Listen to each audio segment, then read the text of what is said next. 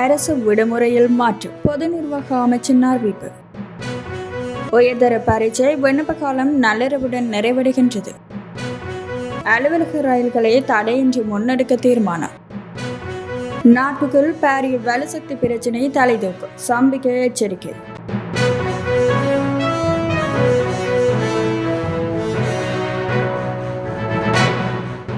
2026 ஆண்டுக்கான அரச வெசாக் உற்சவத்தின் உத்தியோகபூர்வ நிகழ்வு மே மாதம் 30ஆம் தேதி ஏற்பாடு செய்யப்பட்டுள்ளதால் அதற்கு அடுத்த நாளான மே மாதம் 31ஆம் தேதியை அரசாங்க விடுமுறை தினமாக பிரகடனப்படுத்தி பொது நிர்வாக உள்நாட்டு அலுவலர்கள், மாகாண சபைகள் மற்றும் உள்ளூராட்சி அமைச்சு அதிவிசேட வர்த்தமானி அறிவித்தலை வெளியிட்டுள்ளது. இதற்கமைய முன்னதாக மே மாதம் 2ஆம் தேதி வழங்கப்படவிருந்த விடுமுறையை திருத்தம் செய்து இந்த வர்த்தமானி வெளியிடப்பட்டுள்ளது. அமைச்சரவை தீர்மானத்துக்கு இணங்க இம்முறை வெசாக் வாரம் மே மாதம் 27ஆம் தேதி முதல் ஜூன் மாதம் 2ஆம் தேதி வரை பிரகடனப்படுத்தப்பட்டுள்ளமை குறிப்பிடத்தக்கது.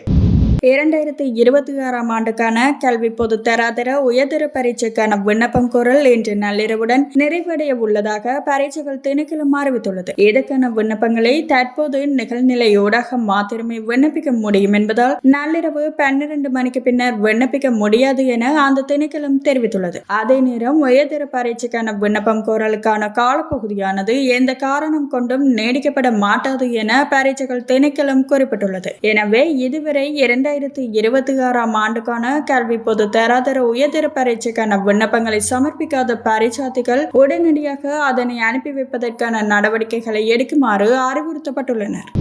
பெலியத்தையிலிருந்து மருதானி நோக்கி பயணித்த சாகரிகா கடுகதி ரயில் வாதுவை பகுதியில் தடம் புரண்ட போதிலும் அலுவலக ரயில் சேவைகளை ரத்து செய்யாமல் முன்னெடுக்க ரயில்வே திணைக்களம் தீர்மானித்துள்ளது. அதன்படி தடம் புரண்ட பகுதி வரை ரயில்களை இயக்கி அங்கு பயணிகளை இறக்கிவிட்டு பின்னர் மற்றொரு ரயில் மூலம் அவர்களை அழைத்து செல்ல தீர்மானிக்கப்பட்டுள்ளதாக தெரிவிக்கப்படுகின்றது. எவ்வாறாயினும் நீண்ட தூர பயணங்களை மேற்கொள்ளும் ரயில்களின் செயல்பாடுகள் குறித்து இதுவரை இறுதி தீர்மானம் எடுக்கப்படவில்லை எனவும் குறிப்பிடப்பட்டுள்ளது. சாகரிகா ரயில் இன்று காலை தடம் புரண்டதுடன் இதன் காரணமாக இருவழி பாதையின் போக்குவரத்து முற்றாக தடைப்பட்டுள்ளமை குறிப்பிடத்தக்கது.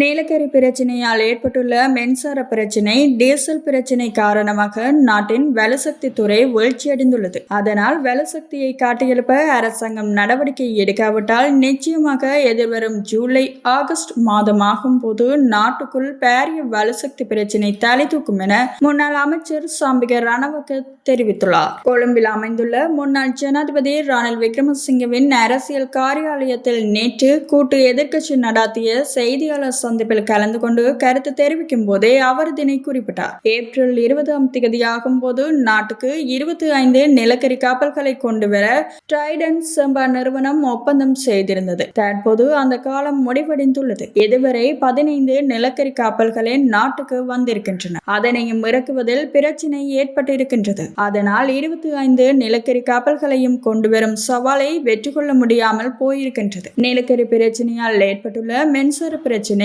டீசல் பிரச்சினை காரணமாக நாட்டின் வலுசக்தி துறை வீழ்ச்சியடைந்து செல்வதால் நாட்டின் பொருளாதாரமும் வீழ்ச்சியடைந்துள்ளது. ஆனால் அரசாங்கம் தற்போது 2009 இடம்பெற்ற நிலக்கரி கொள்வனவு தொடர்பில் தேடி பார்க்க நடவடிக்கை எடுத்திருக்கின்றது. அதனால் தற்போது உயிருக்கு போராடி கொண்டிருக்கும் வலுசக்தியை கட்டியெழுப்ப அரசாங்கம் நடவடிக்கை எடுக்காவிட்டால் நிச்சயமாக எதிர்வரும் ஜூலை, ஆகஸ்ட் மாதம் ஆகும்போது நாட்டுக்குள் பாரிய வலுசக்தி பிரச்சினை தலை தூக்கும் என்றார்.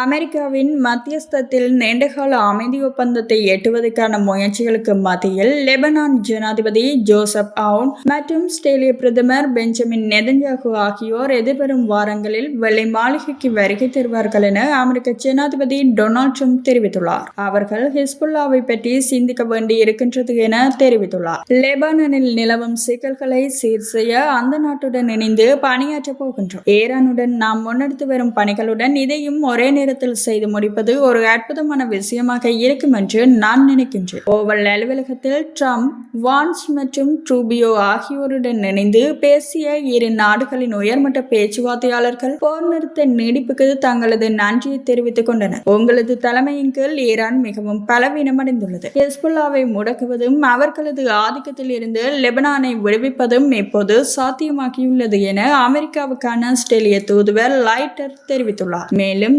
லெபனானில் இருந்து ஹிஸ்புல்லா எனும் இந்த நச்சு தாக்கத்தை அகற்றுவதில் இஸ்ரேலும் லெபனானும் இணைந்து செயல்படுவதாக அவர் குறிப்பிட்டார்.